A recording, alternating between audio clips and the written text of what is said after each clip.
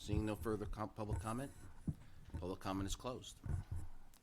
Just to correct a couple of quick things here from public comment. The Woodmont Development Agreement was filed over 10 years ago. It's filed with the deed. If you want to know what it says, it's many pages and took many, many people to develop it. Please feel free to go and read it. With regards to things happening miraculously, the only thing that happens miraculously is in the Bible, right? Miraculous things don't happen. Things happen through hard work and through process and following all the rules and all the laws and all the legal channels we're supposed to follow. So things don't just happen miraculously. They happen through a process. So if you're going to come in and you're going to make statements about things, go read the development agreement. Go read the process. It's a 600-acre project, which is over $1 billion. There's much more to it. There's simply coming in and making a statement and having a conversation with somebody. That's enough on that. And Mr. Chairman, if I can just... Public comment is closed. I responded to what you said. Public comment is closed. I asked. Public comment is closed. I asked questions. Public comment is closed. Public comment is closed. Please sit down. I'd like to stand.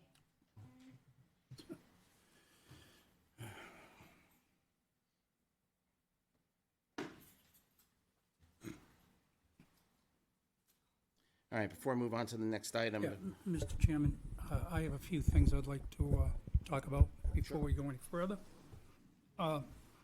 It's obvious, I've had some comments in the last couple of meetings. I also understand that there was a letter that was sent by, I believe, Mr. Esposito, that was to the letters of the editor, I believe, at the Londonderry Times, which is fine. There was some disparaging remarks, and I'm going to make some clarification to that. What some people don't see, the emails that come back to us. I know we're elected officials, I can take some heat, but when someone starts to attack you, there comes a limit on when you have to stop. And I've been very quiet about this. And I want to read you so people's eyes open up to what we're experiencing, or I'm experiencing. I won't talk about anyone else. But an email to me from Mr. Esposito. Now, once again, Mr. Esposito and everyone in this room has a right to 91A. That's a right. And I respect that. But then again, where does it go askew? When does it become abusive? All right? Here's an email after one of my comments from Mr. Esposito, who's in the crowd tonight.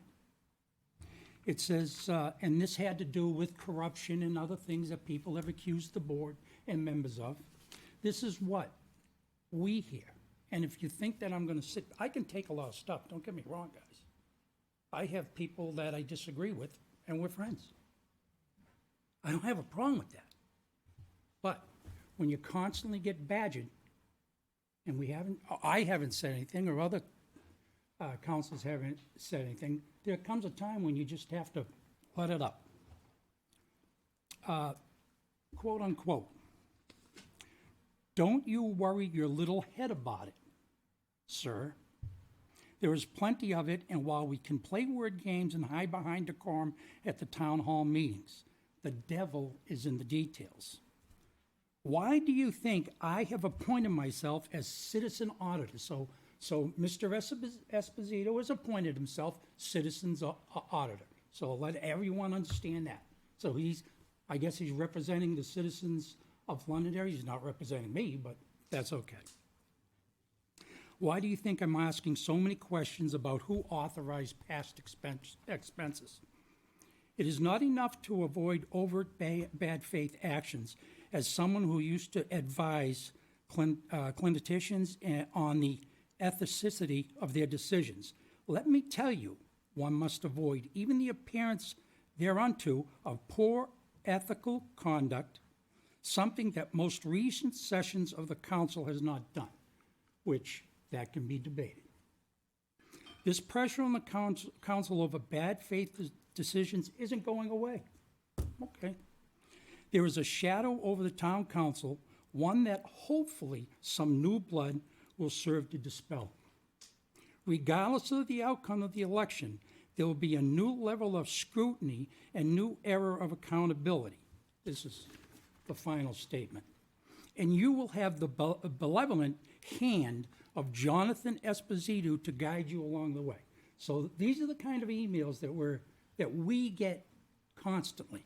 And by the way, Mr. Esposito, you can get this on 91A, but she wrote it so you have a copy of it. Here's another one. No, out of Mr. order. Chairman. Out of order. Mr. Chairman, there we You go. are out of order, sir. Here's another one from Mr. Esposito. Mr. Green, which it wasn't Mr. Green, it should have been Mr. Butler, but okay, I get that. Doubling down on your rudeness tonight and the council chair not addressing it, yet again, shameful behavior from this council. He is an out-of-control animal with the way he addresses citizens. Okay? Let me explain something to you, Mr. Esposito. I have lived in this town 36 years. I have a lot of friends in this town that would not categorize me as an animal. Okay? But please, citizens, understand what we're receiving, what we get badgered with. Interesting watching Mike Malaguti stumble through the presentation on Mac's lease. Judging from public comment, you people have been making backroom deals again.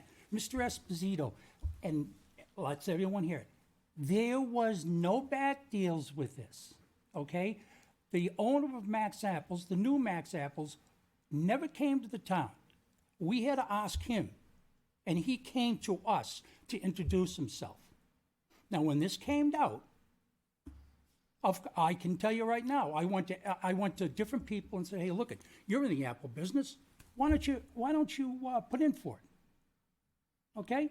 So did I go out? Absolutely. In trying to make sure that we get the best deal that we possibly can for land that you guys own. Yeah. Did I ask Dan Hicks? Absolutely. This was years ago. Did I ask Shady Hill? Absolutely. You know why? Those people have been in town for a long time, and I know what they can do. Well, it just goes to show you that Dan Hicks and Shady Hill, they didn't put in for that. They did not put in for it. Now, when Mr. Malaguti said that he had a new agreement, I didn't even know Dan Hicks was involved in it. So, you know, when you start to think that there's backroom deals, there aren't backroom deals. But you keep going that way. Right? You keep going that way. Here's another one. This was addressed to Councilor, Chairman of the Council. Every councilor, including the town manager, is paying attention to his fee presentation for the fire department, except Chairman Farrell, who's kicked back in his chair on his cell phone for minutes at a time. Did you ever ask what he was doing? Do you know what he was doing? He was paying attention. Again, out of order. That's the That's reason. two warnings. There won't be a third. He was paying attention to the time that everyone had a reason to get up and talk about, the time frame. So when you sit there and disparage him, you're wrong about it, Mr. Esposito. You're totally wrong about it. Okay, now we talk about ethics. Now we're going to talk about ethics. We're going to talk about ethics? You're an ethic guy. Before David Steinhauer passed away, and God bless him, he sent a letter to the chairman, John Farrell. Do you know what that letter stated? I'm going to tell you what it states, and think about it. The Londonderry Lions board members met on Monday, September 19th, 2022, and voted unanimously to terminate your Lion membership effective immediately. Yeah. This action was taken due to numerous violations of the International Lions Club Code of Ethics. I don't know if many people know this, but might as well get it out. Your assertion, I do not feel that Londonderry, New Hampshire Lions Club is a good place to belong or to volunteers. They've been in this town for how long? They have sold Christmas trees. They've done a real good work for people in this town. But here we have the disparaging remarks. Slandering and defaming the character of our fellow members. Okay. Violating the approved motion to keep Londonderry Lions Club personal information off all forms of social media. Publicizing personal club business. Not uniting members, instead creating division and dissension among club members. The board exercised its authority to take this action as prescribed in the club bylaws. Forfeiture of membership. You are not to attend any Lions meetings, attaches your check in the amount of $53 for a refund of annual dues. So, the Lions Club. Really?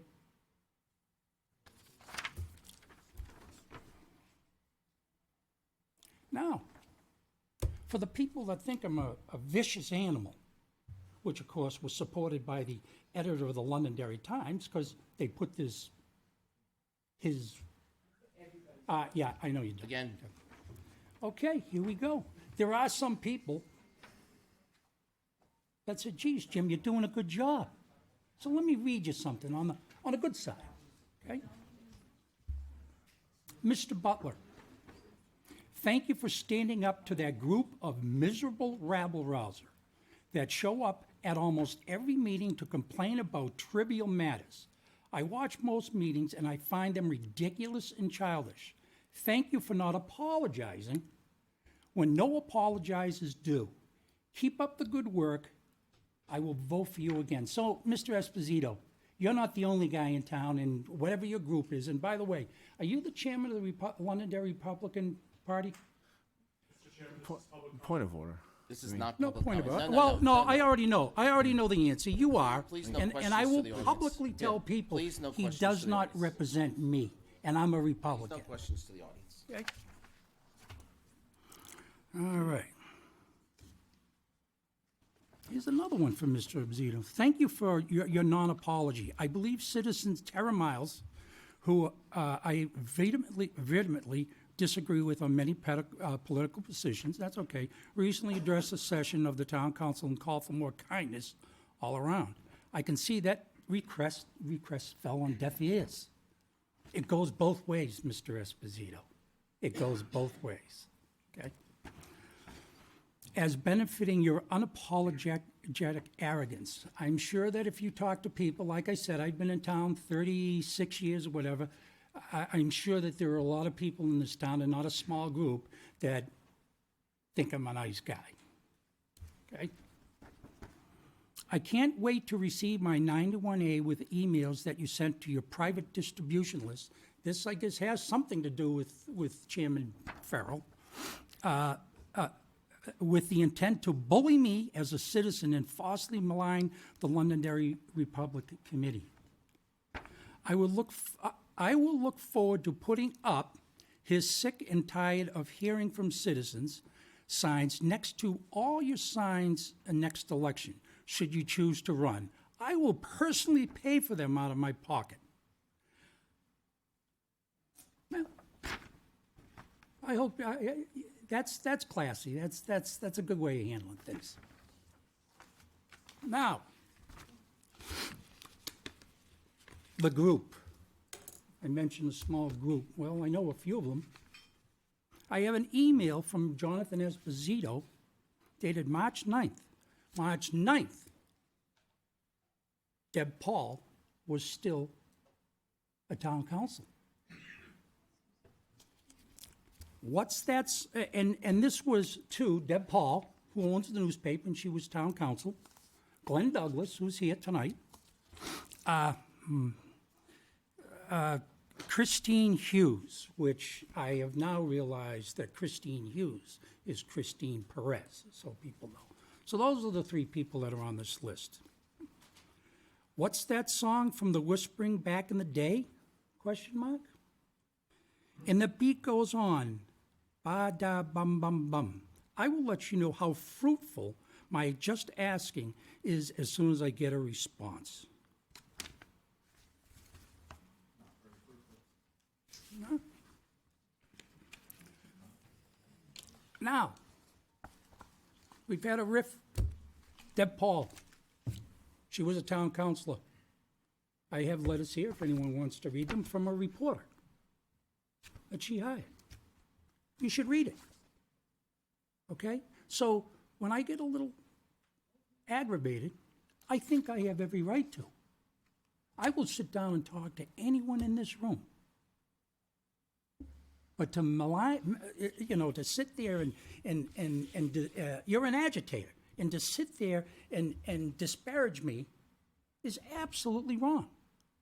And now, if you continue to do it, which is your right, I will continue to let people, the town of Londonderry, not a small group, know what's going on. If you wanted to see the books, hey, the treasurer position's coming up. Why don't you get there? Why don't you run for that? Then you'll get everything you need. I think some of the 91As, quite frankly, Again, there are no questions to the. the 91As, I always ask myself, and everyone has every right, including my wife, to 91As. You absolutely do. But every time I see 91A, I come in, I say, where's the connection? What's this about?